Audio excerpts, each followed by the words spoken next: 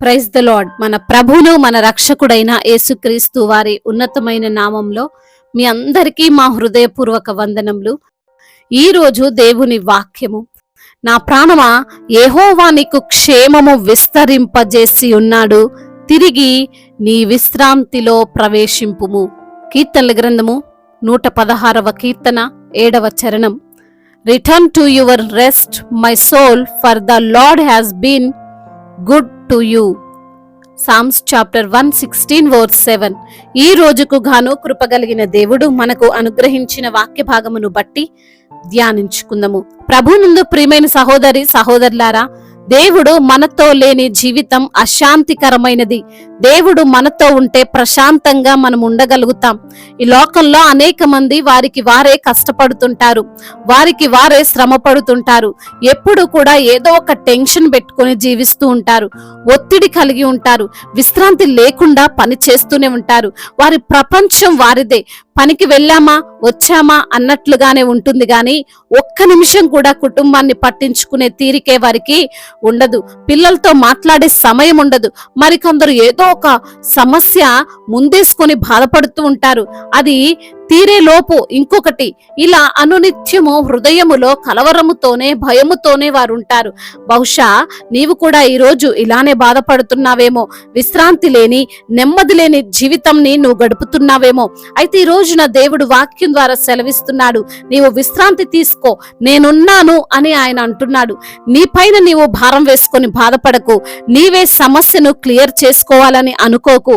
నీ శక్తిని ఉపయోగించి, నీ బలమును ఉపయోగించి, నీ ధనమును ఉపయోగించి కష్టపడుతూ ప్రయాసపడుతూ ముందుకు వెళ్ళాలి అని అనుకోకు. అది గాలికి ప్రయాసపడినట్టే ఉంటుంది. ఈ లోకంలో ఎంతో మంది అలా ప్రయత్నించి ఫెయిల్ అయిపోయారు. అశాంతికరమైన అసంతృప్తికరమైన వారి యొక్క జీవితాన్ని వారు ముగించారు. దావీదు భక్తుడు కీర్తిస్తున్నాడు, ప్రార్థిస్తున్నాడు, తనలో తాను అనుకుంటున్నాడు, నా ప్రాణమా యెహోవా నీకు క్షేమమును విస్తరింపజేసి ఉన్నాడు, తిరిగి విశ్రాంతిలో ప్రవేశింపుము అని. అనగా దావీదు తనకున్న సమస్యను బట్టి తానే ఏదో లాగా పోరాడి గెలవాలి అని అనుకున్నాడు. తన శత్రువులకు తానంటే ఏంటో చూపించాలని అనుకున్నాడు. అందుకోసం బహుశా ఎంతో ప్రయాసపడి ఉంటాడు.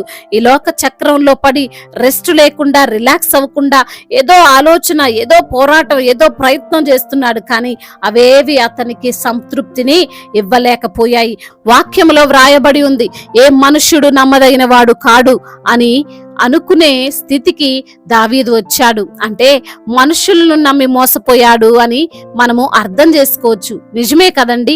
ఏమీ అర్థం కాని స్థితిలో ఉన్నప్పుడు, మన మీదికి ప్రమాదము ముంచుకొస్తున్నప్పుడు, మన ప్రక్కన వారినో, మన ఇరుగు పొరుగు వారినో, మన స్నేహితులనో నమ్మాల్సి వస్తుంది. కానీ వారి నుండి కూడా సరైన స్పందన రాకపోతే, వారు కూడా మనకు సహాయం చేయకుండా తప్పించుకుంటే మన స్థితి ఎలా ఉంటుంది? ఒక మనిషి ఇంకొక మనిషిని నమ్మడానికి రీజన్, పరిస్థితులు ప్రభావమేనండి. అలానే బహుశా దావీదు కూడా నమ్మి మోసపోయి ఉంటాడు. కానీ మరలా దావీదే చెబుతున్నాడు, తనలో తాను చెప్పుకుంటున్నాడు, ఎందుకు నేను కష్టపడాలి, ఎందుకు నేను శ్రమ పడాలి? నన్ను పుట్టించిన దేవుడు ఉన్నాడు కదా, నా సహాయకుడు ఉన్నాడు కదా, నా రక్షణ దుర్గం ఉన్నాడు కదా, ఆయనే నాకు క్షేమాన్ని విస్తరింపజేస్తాడు కదా, ఆయన చేతికి నా సమస్యను అప్పగించి నేను నెమ్మదిగా రిలాక్స్ అవ్వచ్చు కదా అని తనలో తాను అనుకుంటున్నాడు. ఈ రోజున ఈ మాటలు వింటున్న ప్రియమైన సహోదరి సహోదరుడా, నీవు కూడా ప్రయాసపడుతున్నావు, నీవు కూడా నీ జీవిత యాత్రలో పోరాటాలు చేస్తున్నావు. నిజమే, నీ కుటుంబం కోసం, నీ బిడ్డల కోసం, నీ భవిష్యత్ కోసం, నీకున్న అప్పులు, ఆర్థిక పరమైన ఇబ్బందులను నీవు తీర్చుకోవడం కోసం నువ్వు ప్రయాసపడుతున్నావు. కొంతమంది పని చేయకపోతే పూట గడవదండి. ఒక్క రోజు ఆఫీస్కి సెలవు పెట్టి రిలాక్స్ అవుదామంటే కట్టాల్సిన బిల్స్, అప్పులు అన్నీ కూడా గుర్తొస్తాయి. ఈఎంఐలు, లేనిపోని సమస్యలన్నీ కూడా, క్షేమము లేనటువంటి స్థితి అనేది వారిని వెంటాడుతూ ఉంటుంది. దాని నుండి బయటపడడం కోసం అలు పెరగక పనిచేస్తూ ఉంటాడు. పగలనక రాత్రనక చాకిరి చేస్తూనే ఉంటాడు.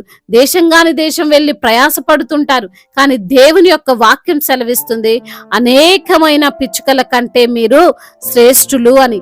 అవునండి, మనల్ని కాపాడే దేవుడు యేసయ్య మన యొక్క పరిస్థితి ఏమిటో ఆయనకు అంతా తెలుసు. మన స్థితిగతులు అన్నీ ఎరిగిన దేవుడు. మన బలమేంటో, మన బలహీనతలు ఏమిటో ఆయనకు అన్ని తెలుసు. అయినప్పటికీ అన్ని ఆయనే చూసుకుంటాడు. ప్రయాస పడడం వలన ఒరిగేది ఏమీ లేదు. టెన్షన్ లైఫ్ తో ఉండి సమాధానము లేని జీవితం మనం జీవించడం ఆపేసి తిరిగి మనం కూడా ఆధ్యాత్మికమైన శాంతికరమైనటువంటి జీవితంలోనికి ప్రవేశపెట్టాలని మనల్ని దేవుడు కోరుకుంటున్నాడు. అయితే మన యొక్క భారము దేవుని పైన మోపాలి. ఆయనే మనల్ని ఆదుకుంటాడని, మన యొక్క బంధువులను నమ్ముకున్నా, మన జ్ఞానాన్ని మనం నమ్ముకున్నా, మన శక్తిని మనం నమ్ముకున్నా అది వృధా ప్రయాసే అని, అదంతా దుఃఖమే అని ఎరిగి దేవుడే మనకు క్షేమాన్ని ఇస్తాడు అని గ్రహించి విశ్రాంతిలో ప్రవేశించి నెమ్మదికరంగా జీవించుదాం. దేవుడు ఈ మాటలను దీవించి మన హృదయములో ఫలింప చేయునుగాక. వాక్య భాగమును బట్టి ప్రార్థించుకుందాము. ప్రతి ఒక్కరు కూడా ప్రార్థనలో ఏకీభవించగలరు. ప్రార్థన. మహాశక్తి సంపన్నుడా, మహోన్నతుడా, కృపా కనికరములు కలిగిన తండ్రి, జీవాధిపతి, మీకు వందనములయ్యా, స్తోత్రములు చెల్లిస్తున్నాం ప్రభా. ఈ రోజున లేఖనము ద్వారా మీరు మాతో మాట్లాడారు ప్రభా. అయా, దావీదు భక్తుడు కీర్తిస్తున్నాడు తండ్రి, నా ప్రాణమా యెహోవా నీకు క్షేమమును విస్తరింపజేసి ఉన్నాడు, తిరిగి నీ విశ్రాంతిలో ప్రవేశింపుము అనేటువంటి ఆ యొక్క కీర్తన ద్వారా తండ్రి ఈ రోజున మమ్మల్ని కూడా తండ్రి మీరు బలపరిచారు అయ్యా. అవును తండ్రి, అయా ఎన్నో కృంగుదలలో, ఎంతో శ్రమలలో, ఎన్నో నిందల్లో ప్రభా, అయా దావీదు భక్తుడు ప్రభా మిమ్మల్ని ఆశ్రయించాడు తండ్రి. అవునయ్యా, మిమ్మల్ని ఆశ్రయించిన నరుడు ధన్యుడు అంటున్నావు ప్రభా. మాకు క్షేమాన్ని విస్తరింపజేసి ఉన్నారని, మా భారములన్నీ మీరే భరిస్తారని, మాకున్న సమస్యలన్నిటి నుంచి మీరే విడిపిస్తారని అయా, మరి తండ్రి మాకున్న కృంగుదలంతటిని కొట్టివేస్తారని తండ్రి వాక్యము ద్వారా మీరు మాతో మాట్లాడి మమ్మల్ని బలపరిచారు, ధైర్యపరిచారు, ఆదరించారు ప్రభా. ఈ రోజున ఒంటరిగా ఉండి అయా ఏ దిక్కు లేక, ఏ ఆదరణ లేక అయా మీ సన్నిధిని ఆశ్రయించి మీ మాట మీద ఆశ పెట్టుకొని అయా మీ కొరకు ఎదురు చూస్తున్నటువంటి ప్రతి బిడ్డను కూడా తండ్రి మీరు దీవించండి. వారి జీవితంలో ఒక అద్భుతమైన కార్యమును మీరు జరిగించండి. అనారోగ్యముతో బాధపడుతున్న ప్రతి బిడ్డను మీరు లేవనెత్తండి. ఏ రోగమైనా అది మరణకరణమైనటువంటి రోగమైనప్పటికీ ఆ రోగము నుంచి, ఆ వ్యాధి నుంచి బిడ్డలకు యేసు నామములో స్వస్థతను దయచేయండి అయ్యా. అదే విధంగా అప్పుల భారాలతో కృంగిపోతూ అయా చావే శరణమని ఈ రోజున ఎందరైతే బిడ్డలు తండ్రి ఆలోచనతో ఉన్నారో వారి ఆలోచనను వ్యర్థపరచండి నా ప్రభా. మీరే వారిని ఆ అప్పుల ఊబిలో నుండి పైకి లేవనెత్తమని వేడుకుంటున్నాం. ఆర్థిక సమస్యలన్నిటి నుంచి కూడా విడుదల దయచేయమని వేడుకుంటున్నాం అయా. కుటుంబాలలో నెమ్మది లేక, శాంతి లేక, సమాధానము లేక, ఒకరంటే ఒకరికి పడక ఆలోచనలతో ఉన్నటువంటి ప్రతి బిడ్డను అయా మీరు జ్ఞాపకం చేసుకొని వారి హృదయములో ప్రేమను విస్తరింప చేయండి ప్రభా. ఒకరినొకరు అర్థం చేసుకుని జీవించే కృపను దయచేయండి. ముఖ్యంగా భార్యాభర్తల మధ్య విభేదాలను యేసు నామములో కొట్టివేయండి ప్రభా. అన్యోన్య దాంపత్యము గల వారిగా వారు జీవించుటకు సహాయమును దయచేయమని బ్రతిమిలాడుకుంటున్నాం ప్రభా. చిన్న బిడ్డలను కాచి కాపాడండి తండ్రి. స్కూల్కి వెళ్తున్న బిడ్డలకు మీరు తోడై ఉండండి. అదేవిధంగా యవన బిడ్డలందరికీ తండ్రి మీరు తోడై ఉండండి అయా. యవన వయసులో బిడ్డలు ఉంటుండగా ఏ అపవాది అయా వారి పైన ఏలుబడి చేయకుండా, మరి తండ్రి దుష్ట ఆలోచనలు, దుష్ట సాంగత్యము వారు చేయకుండా ప్రభా ప్రతి యవన బిడ్డను కాచి కాపాడమని వేడుకుంటున్నాం. త్రాగుడు వ్యసనాల్లోంచి విడిపించమని బ్రతిమిలాడుకుంటున్నాం తండ్రి. అదే విధంగా నా ప్రభా అయా వృద్ధులను మీరు బలపరచండి అయ్యా. ఈ రోజు నా వివాహాల విషయంలో తండ్రి బిడ్డలు ఎటువంటి డెసిషన్స్ తీసుకోవాలో అర్థం కాక ఉన్నారో వారికి తండ్రి మీ యొక్క ఆలోచన దయచేయమని వేడుకుంటున్నాం. వివాహం అన్ని విషయాల్లో ఘనమైనది అంటున్నారు తండ్రి అయ్యా. మీరే సాటి అయిన సహకారాన్ని వారికి అనుగ్రహించమని వేడుకుంటున్నాం ప్రభా. అదే విధంగా బిజినెస్ చేస్తున్న వారిని దీవించండి, చేతి పని చేసుకున్న వారిని ఆశీర్వదించండి, కూలి పని చేసుకున్న వారికి మీరు తోడై ఉండండి అయా. వ్యవసాయం చేస్తున్న ప్రతి బిడ్డను మీరు బలపరచమని వేడుకుంటున్నాం తండ్రి. దైవజనులందరికీ మీరు తోడుగా ఉండండి. సువార్థికులను మీరు బలపరచండి, మిషనరీస్ ని మీరు దీవించండి, అధికారులందరికీ మీరు తోడై ఉండండి. మా భారతదేశం పైన మీ యొక్క హస్తమునుంచండి. సమాధాన దేశముగా, ప్రేమ కలిగిన దేశముగా మా భారతదేశం ఉండడానికి సహాయము దయచేయండి.